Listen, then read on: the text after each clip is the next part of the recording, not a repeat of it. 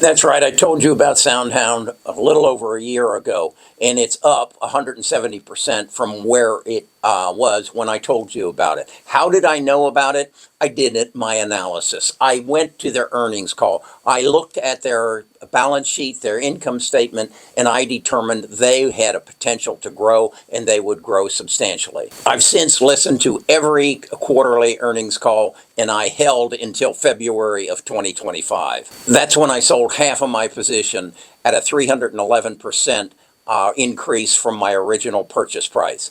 In essence, I took my profits and I left it sit. It went down.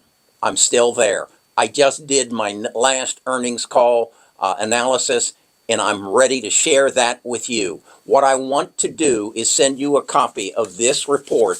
It's a 15-page report that analyzes SoundHound, and then I want to give you a podcast, a 22-minute podcast that Samantha and Bard, my AI agents, made for me that explains it in detail so you can make an informed investment decision. Go into the description or the profile and you'll find the link, and you'll get your copy of the report and the podcast today.